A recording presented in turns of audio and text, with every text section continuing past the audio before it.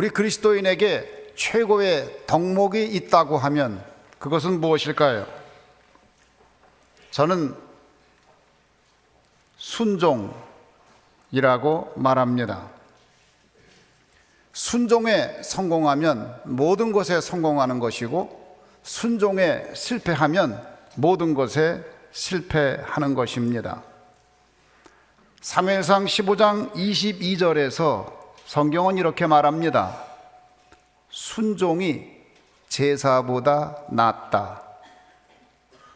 순종이 제사보다 낫다니요. 그게 무슨 뜻일까요? 제사는 예배를 말합니다. 아니, 예배보다 더 중요한 것이 있다고요? 예배보다 더 귀중한 게 있다고요? 왜 그러면 순종이 제사보다 나은가? 왜 순종이 예배보다 더 나은가? 예배는 하나님을 높이는 형식입니다. 그렇다고 하면 순종은 하나님을 높이는 내용입니다. 내용이 없는 형식은 아무 힘이 없습니다. 우리가 하나님 앞에 예배를 드리지만 만약에 우리 가운데 순종이 없다고 하면 그 예배는 껍데기이고 거짓일 수 있기 때문입니다. 여러분이 하나님 앞에 예배를 드리지만 예배를 드리면서도 하나님 앞에 순종하지 않는다면 그것은 내용이 없는 껍데기일 수 있습니다. 여러분, 말 구유에 있는 예수님을 생각해 보세요. 구유에 예수님이 계십니다. 그 구유가 왜 귀하지요? 짐승의 먹이통이 왜 귀하지요? 비록 짐승의 먹이통이지만 그 안에 예수께서 누워 계시기 때문입니다. 만약에 예수님께서 그 먹이통에 누워 있지 않다면 그것은 한낱 짐승의 먹이통일 뿐입니다. 그런데 그 안에 예수님이 누워 있기에 먹이통이 중요한 거예요. 예수님이라는 내용이 있기에 예수님을 담고 있는 형식이 중요해진 거예요. 만약에 우리가 하나님 앞에 예배를 드릴 때에 그 내용이 되는 순종이 없다고 한다면 그 예배는 먹이통에 지나지 않는 거예요. 짐승의 먹이통에 지나지 않는 겁니다. 아무리 우리가 위대한 예배를 드리는 것 같다 할지라도, 형식을 온전히 짜서 대단한 예배를 드리는 것 같다 할지라도 만약에 내 마음에 순종이 없다면 그것은 내용이 없는 형식으로 끝나는 것이고 그것은 껍데기일 뿐입니다. 오 주여, 우리가 예배할 때에 껍데기 예배를 드리지 않게 하시옵소서. 우리로 온전히 순종하게 도와주시옵소서. 그것이 우리의 기도가 되어야 될 줄로 믿습니다. 순종은 사실 알고 보면 믿음의 완성입니다. 순종이 없는 믿음은 아직 미완성이에요. 순종할 때에 비로소 우리의 믿음이 완성되는 겁니다. 순종은 우리 내적 질서의 완성이기도 합니다. 우리가 순종하지 않을 때 왜 순종하지 않느냐? 내적 질서가 무너졌기 때문에 그런 거예요. 여러분들이 잘 보세요. 어떤 사람이 불순종하는가? 내적 질서가 무너진 사람이 불순종을 합니다. 어떤 사람이 화를 내는가? 내적 질서가 무너진 사람이 화를 냅니다. 어떤 사람이 권위에 도전하는가? 내적 질서가 무너진 사람이 권위에 도전합니다. 사울이 그랬어요. 그는 순종하지 않았기 때문에, 하나님의 말씀에 순종하지 않고 하나님께 순종하지 않고 자기의 욕망에 사로잡혔을 때에 그의 내적인 질서가 무너졌어요. 그럴 때 어떻게 됐느냐? 머리가 아팠어요. 얼마나 머리가 아팠는지 몰라요. 그러다가 어떻게 됐느냐? 내적 질서가 무너지니까 결국에는 그는 순간 미쳐버리고 말았습니다. 그러나 순종하는 사람 다윗, 그는 내적인 질서가 있었습니다. 그의 마음에는 평안이 있었어요.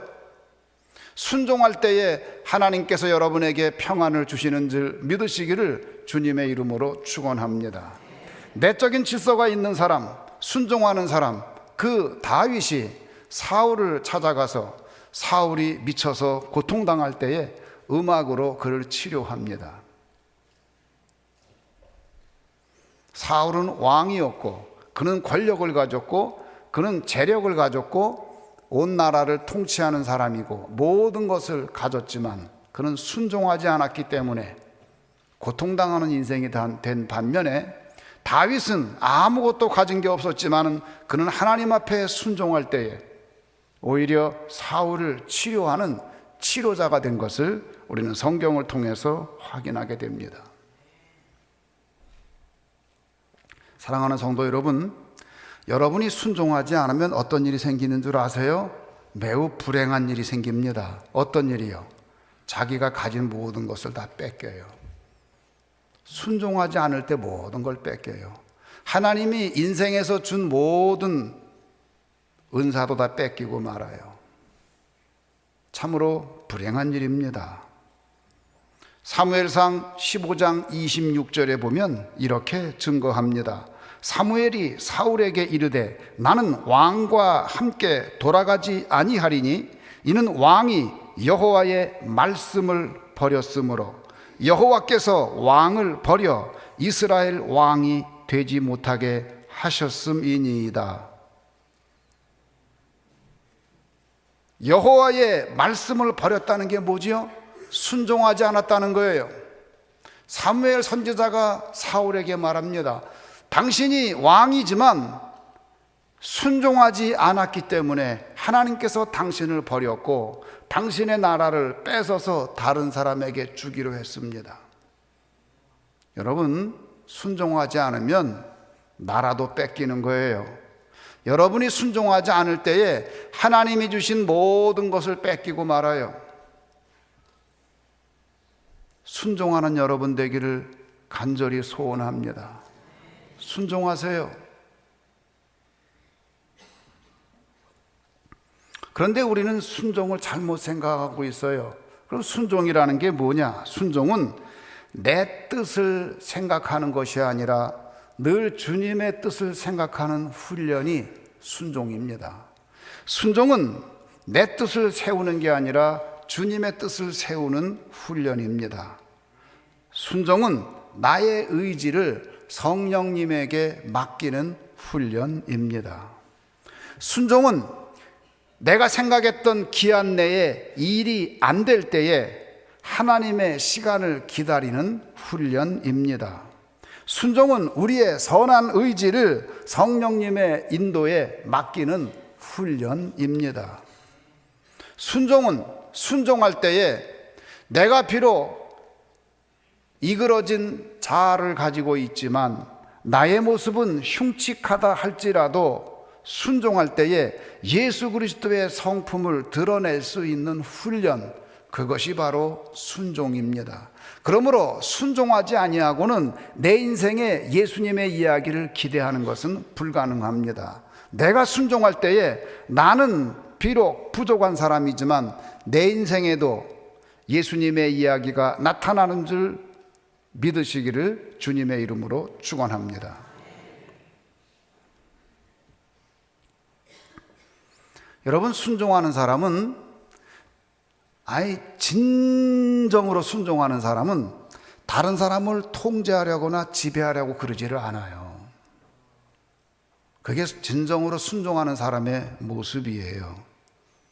예수님은 한 번도 다른 사람을 지배하려거나 통제하려고 애써 본 적이 없어요. 예수님에 관한 말씀을 잘 읽어보세요. 예수님은 통제하려거나 지배하려고 하질 않았어요. 심지어 가롯 유다가 예수님을 배반할 때에 예수님께서 가롯 유다가 당신을 배반할 걸 알았어요. 그럼에도 불구하고 가롯 유다를 통제하거나 지배하려고 하지 않았습니다. 알고 있었음에도 단지 가롯 유다를 깨우치려 했던 거예요. 내가 찍어서 주는 이 빵을 먹는 사람이 나를 팔리라. 그러니까 깨우쳐 주려고 한 거예요. 그 빵을 찍어서 주는 사람은 어떤 사람이냐? 내가 사랑하는 사람에게 주는 거예요. 사랑한다는 표현이에요. 무슨 말이냐? 네가 나를 배반할 거지? 그렇지만 나는 너를 사랑한다. 지금이라도 늦지 않았다. 그거 호소하는 거예요. 예수님은 절대로 통제하려거나 지배하려고 하지 않았어요. 그럼에도 불구하고 그가 예수님을 끝까지 배반하고 예수님을 팔아넘기면 예수님은 거기서 죽음을 당해요. 그럼에도 불구하고 예수님이 마지막까지 가룟 유다를 통제하거나 지배하려고 하지 않았던 것을 보게 됩니다. 순종하는 사람, 그 사람은 다른 사람을 통제하거나 지배하거나 뒤에서 조종하거나 그런 일을 하지 않아요. 그런데 사울은 통제하고 지배했습니다. 왜 그랬을까요? 그의 인생에 순종이 없었기 때문에. 예수님은 우리에게 순종의 모본을 보여주셨습니다. 오늘 본문 말씀입니다. 누가복음 22장 42절은 이렇게 증거합니다. 이르시되 아버지여 만일 아버지의 뜻이여든 이 잔을 내게서 옮기시옵소서. 그러나 내 원대로 마시옵고 아버지의 원대로 되기를 원하나이다. 예수님이 너무 힘들었어요. 십자가 지는 일은 너무 고통스러운 일이에요. 그래서 예수님이 이게 아버지의 뜻이 아니면 좋겠다. 나는 아버지의 뜻에 순종하기를 원하는데 그 길은 너무 고통스럽고 너무 힘든 일이니까 이게 아버지의 뜻이 아니면 좋겠는데, 그래서 기도하면서 아버지, 이게 만약에 아버지의 뜻이 아니면은 그거 걷어주세요. 그렇게 기도한 거예요. 그러면서도 그렇지만 아버지가 원하는 거면 제가 그대로 하겠습니다. 여러분, 순종은 쉬운 게 아닙니다. 순종처럼 어려운 게 없어요. 근데 예수님이 그 기도할 때 어떤 일이 있었느냐? 너무 힘들고 너무 고통스러워서 기도할 때 땀방울이 핏방울로 변하는 고통 가운데 기도했는데, 예수님 너무 힘드니까 그동안 3년 동안 훈련시킨 제자들을 데리고 왔어요. 내가 너무 힘든데 같이 기도하자. 깨어서 기도하라. 그리고 십자가를 앞에 놓고 3년 동안 제자 훈련을 다 마친 그 제자들을 데려다가 기도를 시킵니다. 우리 함께 기도하자. 그리고 함께 기도하는데 예수님은 핏방울처럼 변하는, 땀방울이 핏방울로 변하는 고통 가운데 기도하는데, 기도하다가 보니까 제자들이 자고 있어요. 제자들은 자고 있어요. 어떻게 그럴 수가 있죠? 그동안 3년 동안 훈련시켰는데, 같이 먹고 같이 자면서 훈련시켰는데 어쩌면 그럴 수가 있죠? 어떻게 사람들이 그럴 수가 있어요? 그럴 수 없는 거죠. 그런데도 불구하고 예수님은 그 제자들을 통제하려거나 지배하려고 하지 않았습니다. 오히려 그 제자들을 보고 예수님 말씀하시기를 마음에는 원이로되 육신이 약하구나. 예수님이 그렇게 말씀하셨어요. 여러분이 순종하다가 보면, 내가 막 순종을 하는데 순종하다가 보면 함께 순종할 줄 알았던 사람들이 순종하지 않고 나 혼자 순종하고 있는 것을 발견할 때가 있습니다. 그때가 제일 외로운 때예요. 얼마나 외로운지 몰라요. 순종한다는 것은 외로운 일입니다. 순종이라는 것은 내 인생의 주인이 내가 아니라 예수님이 주인이라는 고백입니다. 우리의 주님은 예수님이에요. 우리의 주인이 주님이에요. 여러분, 베드로에게 예수님께서 목양을 맡기면서 하신 말씀 기억납니까? 요한복음 21장 18절에서 예수님께서 베드로에게 그렇게 말합니다. 내가 진실로 진실로 내게 이르노니 내가 젊어서는 스스로 띠뛰고 내가 원하는 곳으로 다녔거니와 늙어서는 내 팔을 벌리리니 남이 내게 띠띠우고 원하지 아니하는 곳으로 데려가리라. 여러분, 순종이라는 것은 뭐냐? 내가 원하는 대로 다니는 게 순종이 아니에요. 베드로는 젊었을 때 순종을 잘 못했어요. 그러니까 예수님을 3번이나 부인한 거예요. 그런데 그가 나이 들어서는 팔을 벌렸어요. 온전히 예수님에게 순종했어요. 그때 예수님께서 베드로에게 목양을 맡겼어요. 내 양을 먹이라, 내 양을 치라. 순종은 쉬운 게 아닙니다. 팔을 벌려야 돼요. 그래서 예수님에게 순종할 뿐 아니라 어떻게 해요? 남이 내게 원하지 아니하는 곳으로 너를 데리고 간다고 그랬어요. 사람들에게도 종이 되는 거예요. 그게 순종이에요. 진정한 순종은 죽기로 결심할 때에 가능한 거예요. 한 알의 밀알이 땅에 떨어져 썩으면 많은 열매를 맺거니와 썩지 아니하면 한 알 그대로 있느니라.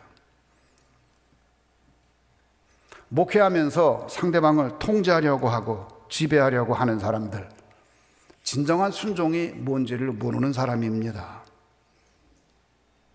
사랑하는 성도 여러분, 우리 순종합시다. 진정한 순종합시다. 우리 교인들은 진정으로 순종하면 좋겠어요. 예배가 중요한 것은 그 안에 순종이 있기 때문에 중요한 거예요. 그래서 순종이 제사보다 낫다고 그런 거예요. 만약에 우리 예배에 순종이 없다 그러면 다 껍데기입니다. 여러분 가운데 진정으로 순종하는 사람이 있습니까?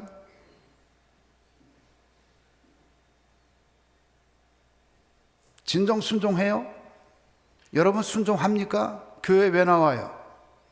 교회에 나와서 내 뜻을 펼치기 위해서 나오는 사람, 교회에 나와서 내 소원을 들어달라고 하는 사람, 죄송합니다. 순종이 뭔지를 모르는 사람이에요. 순종은 내 얘기를 하는 게 아니라 순종하려면 남의 얘기를 들어야 순종할 수 있어요. 내 얘기를 하는 사람은 전혀 순종이 뭔지를 모르는 사람이에요. 예수님에게 말씀을 들어야 순종을 할 수 있죠. 내 얘기하는 사람이 어떻게 순종합니까? 교회에 와서 자기 성공하려고 하는 사람, 순종이 뭔지를 모르는 사람입니다. 순종은 쉬운 게 아니에요.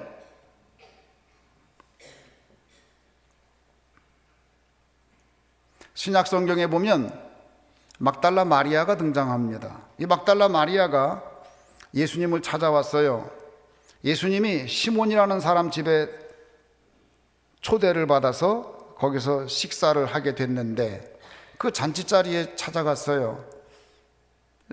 그런데 이 여인이 오더니 어떻게 했느냐? 자기의 옥합을 깨뜨렸습니다. 옥합을 깨뜨려서 그 비싼 나드 향유를 예수님의 발에 사정없이 부었어요. 그랬더니 어떻게 했느냐? 성경에 보면 예수님의 제자들이 분을 냈다고 그랬어요. 화를 냈어요. 그리고 그 여자를 비난했어요. 그때 예수님이 뭐라고 그런지 아세요? 그냥 놔둬라. 그게 무슨 얘기예요? 너 입 다물라. 니네들이 뭘 알고 그래? 입 다물어. 그 얘기예요. 부드럽게 말씀하신 거예요. 입 다물어. 그렇게 말씀하셨어요. 그러면서 뭐라고 그래요? 이 여인은 나의 죽음을 준비한다. 내 장례를 기념하기 위해서 이 일을 하는 거다. 여러분, 순종에도 수준이 있어요. 예수님의 제자들이 순종하는 그 수준이 이 여인을 쫓아가지를 못한 거예요.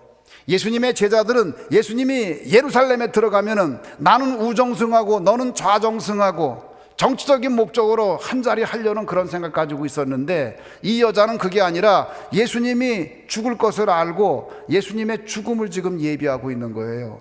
예수님이 돌아가신다는데 그게 뭐가 아까워요? 이 여인이 옥합에 향유를 모읍니다.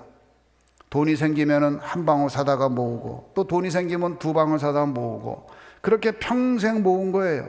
그래서 그 옥합을 다 채운 거예요. 값비싼 향유입니다. 값비싼 나드 향유예요. 이제 시집 갈 때 쓸 거예요. 그런데 예수님이 돌아가신대요. 돌아가시는데 그게 뭐가 아까워요? 사정없이 예수님의 발에 향유를 붓고 그리고 머리카락으로, 자기의 소중한 머리카락으로 예수님의 발을 씻습니다. 예수님이 돌아가신다는데 머리카락이 무슨 소용이에요? 그때에 온 집에 향기가 가득 찼더라. 할렐루야. 근데 여러분 그거 아세요? 지금 우리 교회에 향기가 가득한 거 아세요? 할렐루야. 진정으로 아멘 했길 바랍니다. 왜 그러냐면 순종 안 한 사람은 그걸 모르거든. 그 향기를. 순종해 본 사람만 그 향기를 맡거든요. 그런데 여러분 가운데 지금 그렇게 옥합을 깨뜨린 분들이 있어요. 그래서 그 향기가 지금 우리 교회에 진동하고 있어요. 할렐루야. 그런데 이 여인이 그렇게 순종을 했어요. 그런데 순종했는데 어떤 일이 일어났느냐? 예수님의 제자들이 이 여자에게 막 비판을 하고, 이 여자가 정신이 있는 거야 없는 거야 그러고 여자를 몰아세웁니다. 여러분이 하나님 앞에 진정으로 순종할 때 어떤 일이 생기느냐? 순종하면 옆에 있는 형제 자매들이 여러분을 추앙하고 여러분들을 다 박수치고 그럴 것 같은데 그렇지 않아요. 순종할 때에 옆에 있는 사람들이 비난의 소리를 해요. 지가 뭔데 저래? 네가 뭐라고 그래? 네가 뭐라고? 네가 우리 교회에서 뭔데 그런 일을 해? 여기저기서 말이 들어오는 거예요. 예수님의 제자들까지 그랬어요. 그렇다고 한다면 우리 교인들쯤이야 그러고도 남지요. 여러분이 교회 각 기관에서 봉사하고 애쓰고 막 순종하다가 보면은 함께 할 줄 알았는데 옆을 돌아봤을 때 나 혼자 기도하고 있고 나 혼자 일하고 있는 것을 발견하고, 아니 오히려 그뿐 아니라 주위에서 온갖 비난의 소리를 들을 때에 그때 외로워요. 그때처럼 외로운 때가 없어요. 사랑하는 성도 여러분, 그래서 순종은 죽기를 각오할 때 할 수 있는 겁니다. 그러건 말건, 비난을 하건 말건 끝까지 충성하고 죽기까지 충성하고 죽기까지 하나님 앞에 순종하는 사람 되기를 주님의 이름으로 축원합니다.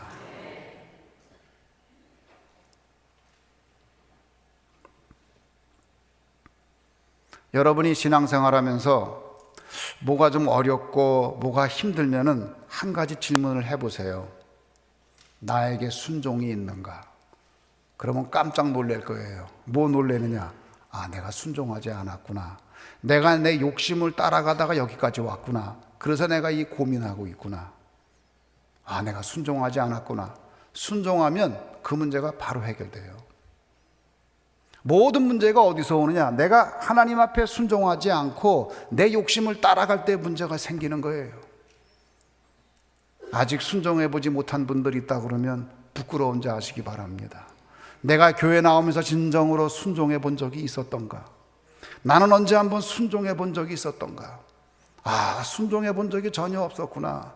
내 생각만 하고 살았구나. 이 교회 가면 은혜 받는 데니까 나왔구나. 이 교회 가면은 그냥 좋다니까 나왔구나. 그런 사람들은 순종을 모르는 사람들이에요. 사랑하는 성도 여러분, 간절히 권합니다. 우리 순종하는 성도가 됩시다. 저도 노력할게요. 순종하는 게 힘들어요. 좀 저도 노력할게요. 우리 함께 노력합시다. 그래서 우리 조치원 교회는 순종하는 교회가 되기를 주님의 이름으로 축원합니다.